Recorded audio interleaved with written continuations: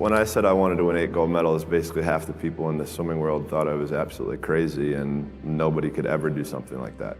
But for me, I was somebody who believed in it and somebody who believed in the process of getting there. I knew it wasn't going to happen overnight, like I said before, but every little small thing that we did was a small stepping stone in order to even be able to have that chance and that opportunity to do what I did in 2008. So it was 2014, Sports Illustrated cover story with Tim Layden, and we're having an interview here in Phoenix, and whatever question he asked me just opened me up, dropped my shoulders, and I just let it all out. I was just ready to. You know, I think for me, when I checked myself in to get treatment and to get help, I knew that that's what I needed, and I was at the end of the road, and I had to get help.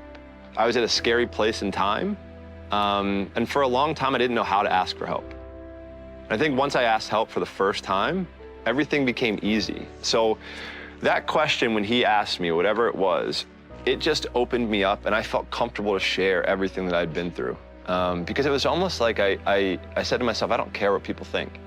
This is me, and this is my journey, and it makes me who I am. So, you know, the only way for me to learn and grow and to get over certain things that I've gone through is to communicate and to talk about it. And look, I'm not perfect, right? Like, nobody's perfect, and I struggled a lot through my life. My first depression spell was in 2004. And I went up and down roller coasters all throughout life. I think it's vulnerability. I think vulnerability is a scary word for a lot of people. It's a scary word for me. You know, I remember when I checked into a treatment center, I was shaking when I went in there. Because I didn't know what I'm getting myself into, but I wanted help. I didn't like feeling the way that I did. Every day is a new challenge, right? Every day is a challenge, is a day that we can prepare ourselves even more. So for us, we would call it putting money into the bank. So at the end of the year, when we had a major international competition, we could withdraw that money that we had saved throughout the year. And look, I'll be the first one to tell you, there were a lot of days where I did not want to get out of bed. And I guarantee you, if I ask the question here, if everybody is excited to get out of bed every single day, if I saw a hand, I'm going to blatantly call you a liar. Because we all know that is far from the truth. But if you have those little small goals, those little small things that get you excited when you don't want to, it's going to make it even better and even easier at the end when you're getting ready for a presentation or the end of the year or this or that, whatever event you're leading up to. It's going to make it so much easier. And I think if you look at the greats in anything that, in any walk of life, the greats do things when they don't always want to. And that's the separation. For me, that's what I've found. So, you know, when I say from 2002 to 2008 was basically trial and error. So for me, in 2002, that's really when I started amping up my event schedule, where I was swimming 4 to 5 individual events and having a couple relays at Pan Pacs, World Championships, major international competitions throughout that time frame.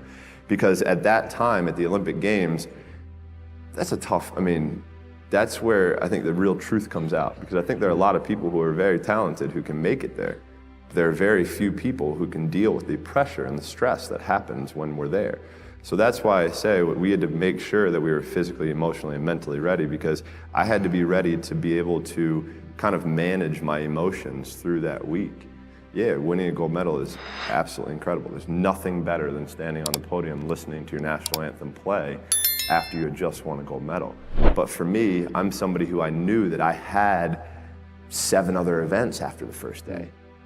So I have to throw that in the back of my head. I got to throw that race out. Even though if even like in 08, I broke a world record, won my first gold medal. Like, I was like, cool, like things are starting really well.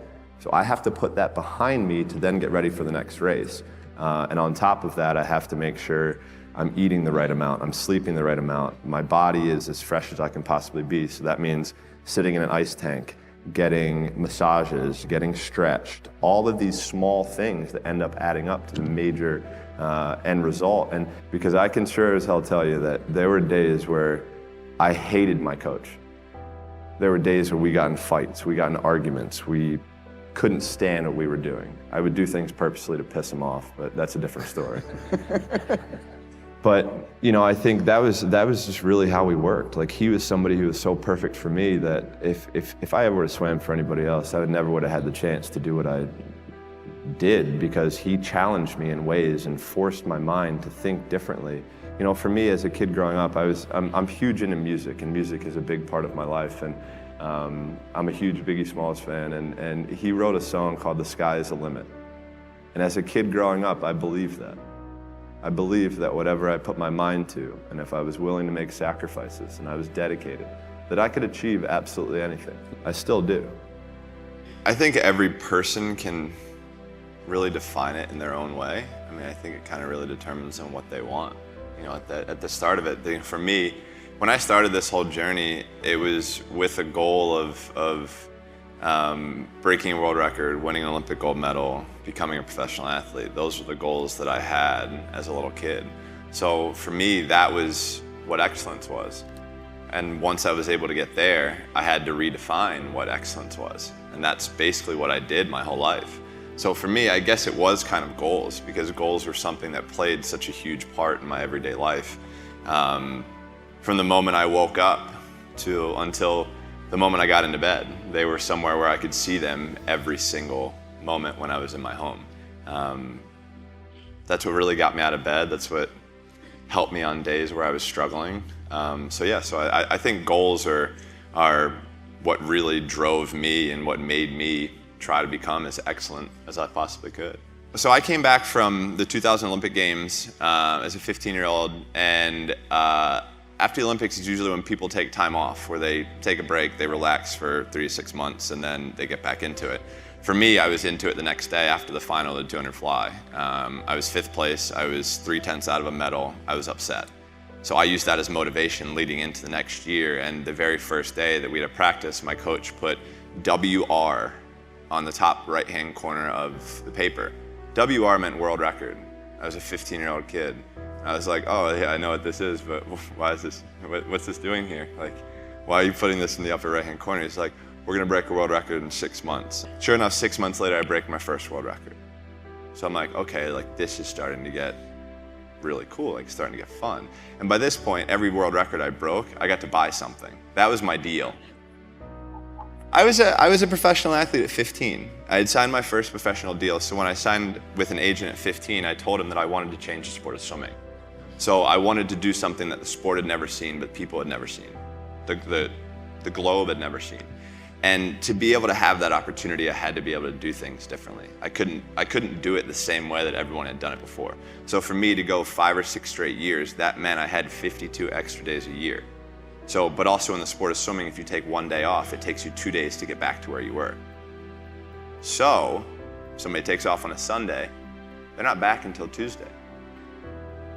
So they're only getting Tuesday, Wednesday, Thursday, Friday, Saturday, as where I'm getting 6 years straight. So I'm getting that much more ahead of them. I'm getting that much more work. I'm in that much better shape. And that's what I had to do.